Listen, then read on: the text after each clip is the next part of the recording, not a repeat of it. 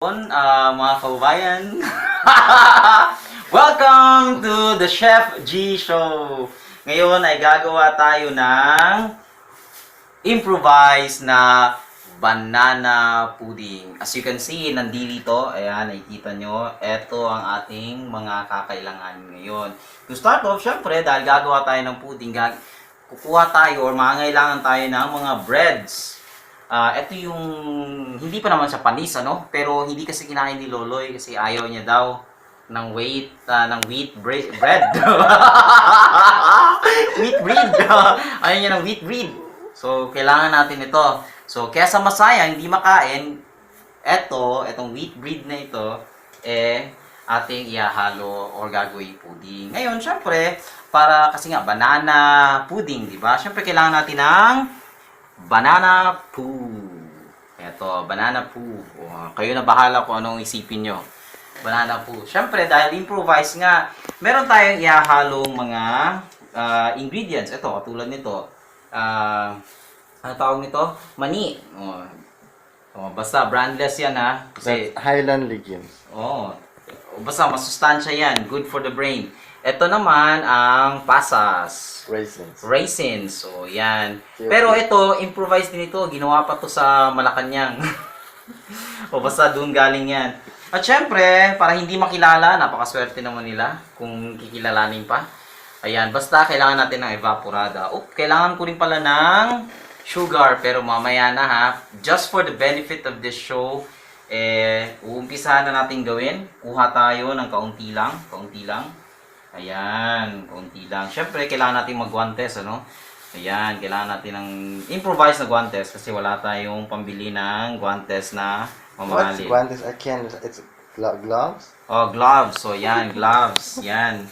Yung katong ginagamit dira sa kuan ba, dira sa may kanang kilid-kilid, sa pungko-pungko, mao ni siya ang ginagamit. So, we will need this for our presentation today.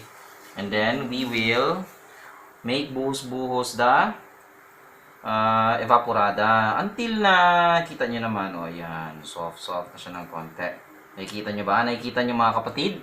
Nakikita nyo? Ayan. Kapamilya, ba't kapatid? Ay, kapamilya pala. EBS pala kami. Sige, hala. Tapos, imo na siyang kumut-kumuton. Speak UP. Ayan. Kumut-kumuton. Hanggang sa maging bread poo. Maging bread poo. Tingnan mo. Paano ang bread poo? Ano ang itsura ng bread poo? Yan, ang bread poo. Kanina yung banana poo, ito. Ayan, kita mo yung banana poo. Ayan, banana poo. Ito naman, bread poo. So, kailangan mo siyang ihalo hanggang sa maging bread poo. Ayan, sige lang ng sige. Ayan.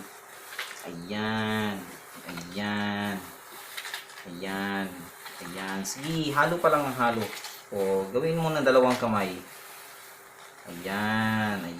Bread po na siya. Ayan. Maarte lang ang peg. Kailangan mag-gloves. Ayan. Syempre, kasi parang feeling ko kulang. Lagyan pa ng bread cubes. Ayan, bread cubes. Ayan. Tapos, ihalo.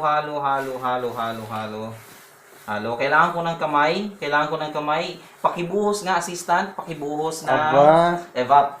Hindi na po cameraman, kaya assistant pa. Siyempre, dalawang kamay ginagamit ko sa pagluluto Ayan. Sige, buhos na ng... dahan-dahan! Naku, masisira ang texture and quality ng banana pudding natin. Kailangan dahan-dahan ang pagbuhos.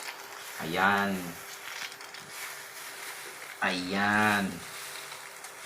Hanggang sa maging bread po siya. Yeah, depende yan sa kung ano ang gusto nyo ng quality ng pudding o texture ng pudding. Sometimes merong iba gusto nila may bread pang natitira. So, pwede naman na ganito lang hanggang ganyan lang. Pero kung gusto mong fine talaga yung bread pudding, kailangan ipigain mo pa ng todo-todo. Ayan. Pagbutin mo, gusto ko yung fine texture. Gusto ng assistant ko ng fine texture banana pudding. So, kailangan pigain ng todo-todo. Ayan. Todohin na natin. Ayan. O, hindi natin, kasi mga kapatid, hindi natin talaga kailangan Kapamilya. ng kapamilya. Hindi natin kailangan ng mamahaling gamit para makagawa o makabake ng isang pastries. Hindi natin kailangan ng mamahalin. Nung kapanahunan pa natin noon, nung mga caveman pa tayo, kamay lang ang ginagamit ng lahat. Wala pa nga itong mga bowl na ito eh. Pasalamat tayo, may mga bowl na tayo ngayon. Lalo nung kahirapan days, wala pa. Courtesy of ito Lani. Kay Lani ito galing. Lani, thank you. Thank you sa bowl. Kailan mo ba ito kukunin? Huwag mo na kunin, amin na to. Birthday gift mo to kay Loloy. Ayan, ito kasi yung ginamit namin nung nag-bake kami ng kung ano-ano yung birthday ni Loloy. At ang daming tao, heart. Parang parang nag-housewarming din kami at the same time ng birthday ni Loloy. Okay, so ngayon, na-feel na ba natin mga kapatid? Tingnan nyo. Kapamilya nga. Kapamilya. Kapatid, kapamilya, kapuso. Yan, i-cover natin lahat. Tingnan nyo. Halika, i-focus mo cameraman. Tingnan mo, fine na hindi ba? Hindi ganun ka-fine, pero medyo fine na ng konti. So ngayon, ano pang ibubuhos natin? Ayan, syempre, kailangan tanggalin natin ito. Kasi ginagamit natin siya sa Ibuhos na natin ngayon, dahan-dahan. Kakamayin na natin. Di ba pang toppings lang yan? Hindi ito toppings. Ito ay kasama sa ingredients mismo.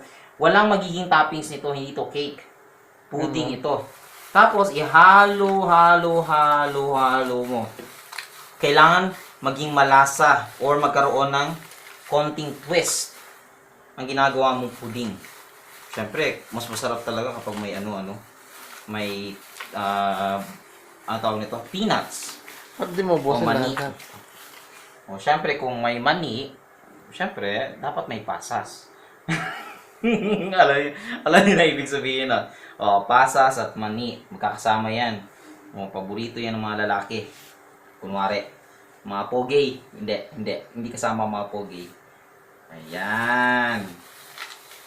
Mga lalaki lang may gusto niyan. Ayan. Tingnan nyo tingnan nyo. Sarap nito.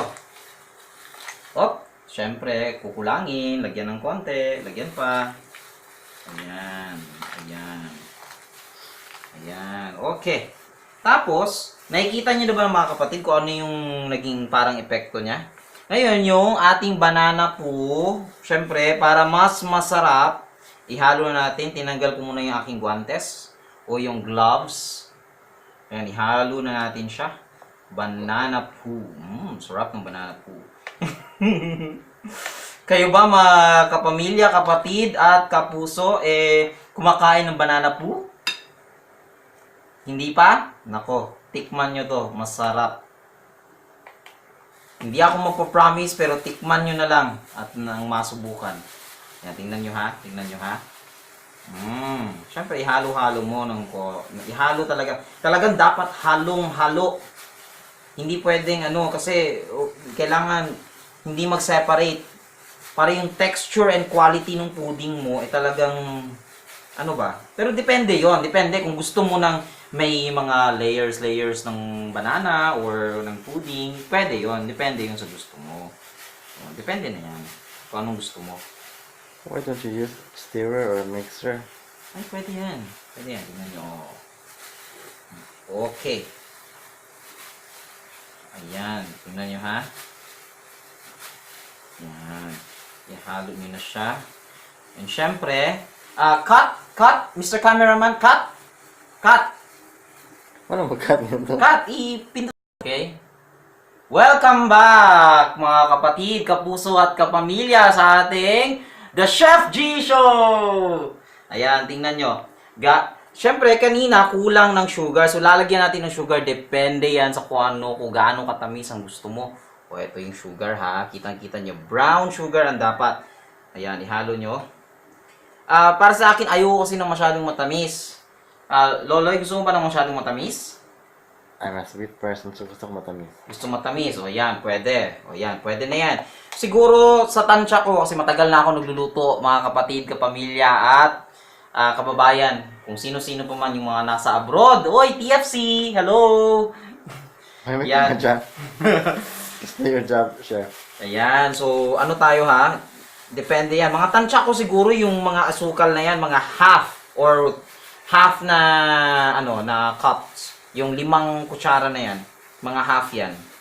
Or siguro lapas ra gamay og half. Halo na akong Bisayag Tagalog. Magbinisaya na lang ta mga kakuan. Kapuso, kapamilya at kapatid. Ayan. Ihalo-halong pa siya. Tingnan mo yung guantes ko, nasira na tuloy. Basta. Konti na lang, konti na lang. Dapat kasi mahalo. Uy, tingnan nyo, ang sagwa. Ayan, tuloy. Ang sagwa. Pero, importante yan sa paggawa ng pudding. Bahala masagwa. Basta ang importante ay nagawa mo ng tama. Pag naluto na yan, okay na yan. Bakit kayo ba mga kapamilya, mga kapatid, tinitingnan nyo ba kung paano niluto ng chef? Ang mga kinakain nyo? Dapat Hindi malinis. na. Hindi na tinitingnan yan. Dire-diretso yan. Tingnan nyo. Oh my Itapon nyo God, yan. you're such a... Oh no, it's not a mess. The inside is a mess, but the outer layer or the one that I'm using inside my hand is not. It's very clean as you can see. So, even if I put it there, you won't see any residue. Tingnan nyo. Residue, that. walang The butter is residue. O, good. lobat na. Konting-konti na lang mga kapamilya. Lobat na ang aking tab. Sandali, wait lang. Kailangan ano ito. Ayan.